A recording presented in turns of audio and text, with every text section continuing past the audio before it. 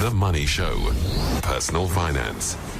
Warren Ingram from Galileo Capital. Warren Ingram is a financial advisor. I want to take you back, before we talk about dividends, I want to take you back to a conversation that we had on or about 9/12. So it was the 9th of December, 2015. You and I would have had a chat on the 10th of December, because that was the Thursday, and Nhlanhla Nene was fired on the Wednesday night at 8:04. And you were incredibly grumpy that night. You were taking this, and I think all of us were, but it was for the first time many people actually got the sense of what state capture was all about, and the fact that actually you could replace Khwako Ramatlodi as the mines minister, remember him, with somebody that nobody had heard of until that point called Mosebenzi Zwane, and the damage would be limited, and we know that that's not true anymore because he did extreme harm in the Mineral Resources Department. But Nhlanhla Nene was personal for so many people. We saw the value of our money decline, we saw the value of investments fall in a heap, and suddenly it became very, very personal for people. And thank goodness it happened, because otherwise the state capture story would never have unraveled the way it did. It's been a traumatic 2 and a bit years, but finally the outcome is a good one. Yeah, I mean, and I think one day I'm going to, I have never replayed that to myself, that clip that we hear of that interview, because I think it was emotional, yeah. And I must say, just reflecting on it at the time, I think I said, we need a new finance minister. This correction of Van Rooyen needs to happen. It was because Van Rooyen had just come in then. And we've got weeks. I didn't think days, but I just said we've got weeks for this to be stopped. It was 92 hours. Des Van Rooyen, the shortest serving finance minister in the history of humankind. We'd gone from Trevor Manuel, who served 13 and a half years, and then we'd had Pravin Gordhan, and we had Nhlanhla Nene for about 18 months, then Des for 92 hours. 92 hours. 92 hours, almost to the minute, and then Pravin Gordhan came back for a brief period until he got fired again. Then Malusi Gigaba has been in that job, and it looks like he needs to be sent to a new place. Agreed. And I think what's interesting to me, just reflecting on the finance minister, so I tend to shy away from politics as much as I can, but unfortunately I think it's been a fact of the investment world in the last 2 years, is we had to focus on it. Normally we would make investment decisions despite politics and ignoring politics until politics becomes such a detriment to the economy that we can't ignore it anymore, and that's where we've been. And I ideally hope that 6 months from now, the last thing we're talking about is politics, on this slot, on what we do, because we need to get back to what are investment fundamentals, etc. But if I'm looking at this, the one thing that we do need from a finance minister in this country, to me, the finance minister is almost the default Prime Minister. You've got the President and you've got the Prime Minister, the one that does a lot of the kind of grunt work of government, and decides to an extent what can and can't happen. You have all your wish list, but then eventually reality has to bite, and that's the Finance Minister. And I think the one mistake we've made with finance ministers, and I think I put Pravin in that as a mistake the first time, not the second time, was I think he had very little political clout. He didn't arrive with this huge voting bloc. He didn't. He also didn't have backup. I mean, if you are the finance director in a fully functioning company, and you've got a problem with the head of a division within the business, and the head of the division is not being cooperative, you've got HR and you've got the chief executive who should have your back.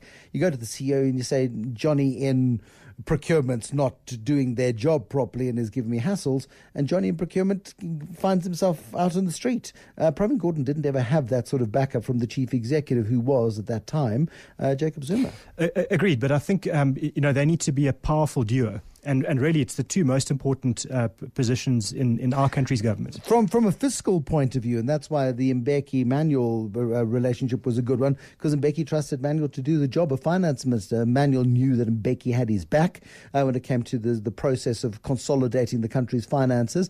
There wasn't a big expenditure push, because Mbeki knew that he had to restore a bankrupt state that he inherited, Nelson Mandela had inherited from W. de Klerk, and there was that job that had to be done. Yeah, and they did have each other's backs at that point. And I think that's the issue with now. If we get someone that's deeply palatable just to investors alone, and we just almost talking to rating agencies only, and where the pain needs to come, because what we need to understand is government salaries in this country have gone through the roof over the last 15 years. The government has spent massive amounts of money on a rapidly increasing rate on salaries at this really bloated and increasingly inefficient government. So if you talk to people looking at our country saying, what are the big things we need to change? One of them is government needs to get more efficient and a heck of a lot smaller from a salary bill point of view. That's going to be deeply painful, deeply unpopular for a huge number of people that have been kind of living in this on this engine. And that's a really tough call to make in an environment where unemployment is as high as it is and as stubbornly high as it is.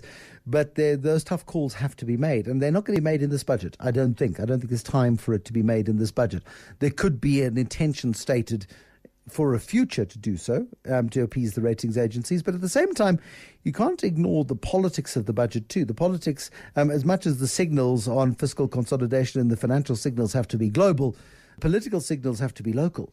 And those political signals are important. Cyril Ramaphosa's treading a very fine line. Remember the 176 vote gap between him and Nkosazana Dlamini-Zuma at the ANC elective conference, which suggests that he's got a lot of bridges to build before he can start making really tough political calls domestically. And that's the point of where you need a finance minister that comes in now that's got a good political background of that person's own, male or female, doesn't matter, that they come in with major political credibility as well as acceptability to the outside world, so that you try and cater to both. So that's my New Year's wish.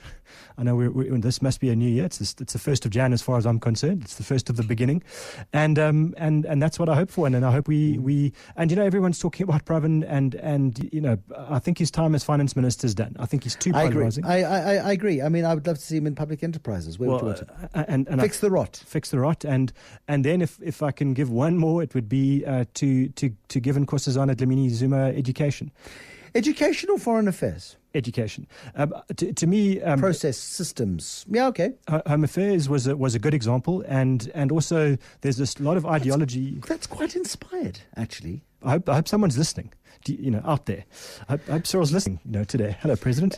Look, if anybody is in government and you like what Warren Ingram is saying, then what you do first thing tomorrow morning is you say, "Hey Siri, play the latest Money Show podcast," and then this happens. I couldn't find anything. Well, that's not very helpful, is it? Oh, no, because she read, "Play Money Show aghast." Let's try this one more time. "Hey, Siri, play the latest Money Show podcast." Open podcast. To unlock your iPhone first. Yes, okay. But what you do is you do that, and the latest Money Show podcast, if your phone isn't half asleep, there we go. That's yesterday's podcast. Okay, that's that easy. And you then send the link, and you can send the link very easily from your phone, and you do that, and you share this then with the ANC's nominations committee, and you tell them that Nkosazana Dlamini-Zuma in education is a very good idea. Can we get to personal finance now, please? Yes, sir. So we're looking at stock markets at the moment, and we're looking at two, to my mind, is South Africa and then the US. For two very different reasons, and trying to find a way to look at those investments, and as an individual, how do you decide when to buy them and when to sell them and when to hold them? And to me, the crux of all of this comes down to the income that these listed companies generate, and that's, in our world, is dividends. That's really what it comes down to. And I think a lot of the time we lose focus on dividends. We just look at the share price, and often, a company that increases its dividends by 5% or 10% a year doesn't really break headlines. We don't sit here talking about a company that grew its dividend income by 10% and it's in the top headlines of the show, but we will when Steinhoff collapses. And so all the focus is generally on share prices only, share price movements.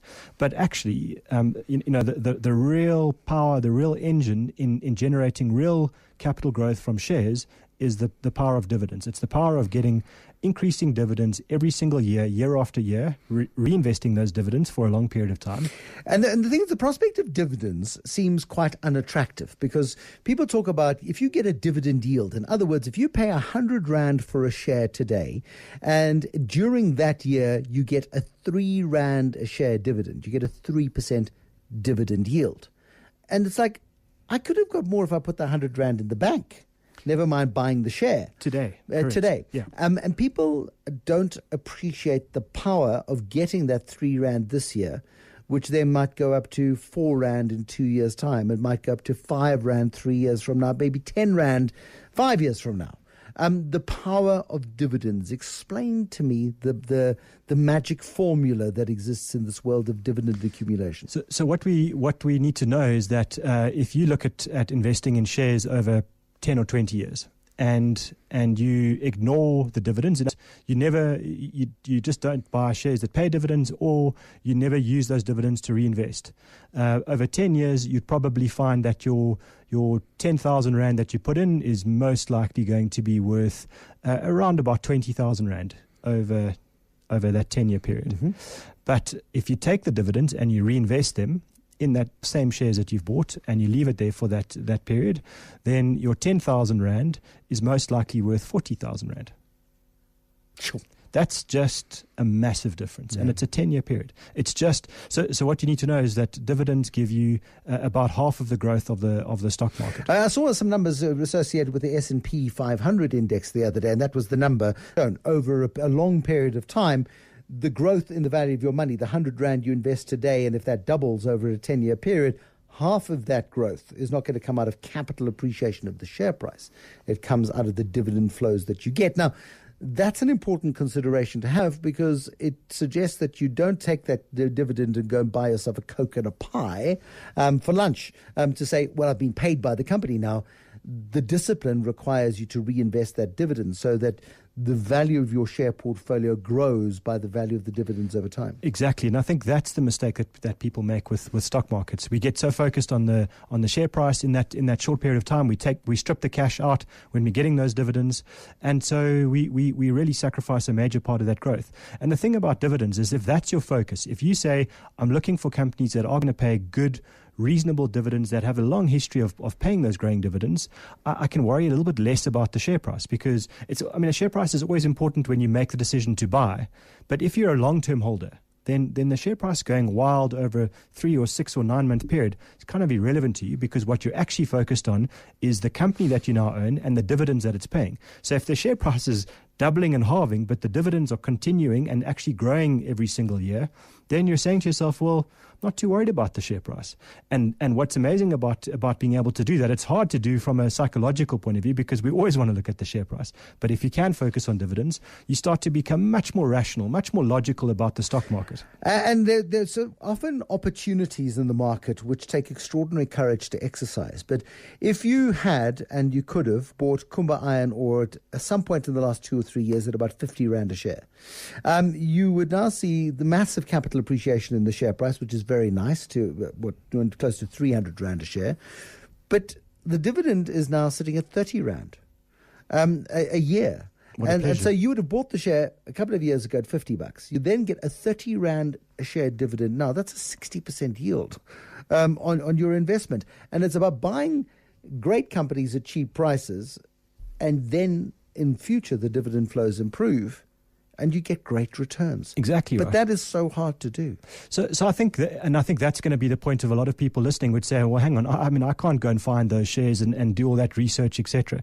And I agree with that. So a couple of things. One, there will be people out there that are prepared to do that. And I think what's interesting is, in South African market is quite small in terms of companies that can pay good quality, reliable dividends. So I think it's harder to do here. But internationally, especially in the US, much easier to find companies and find a lot of information about companies that pay dividends.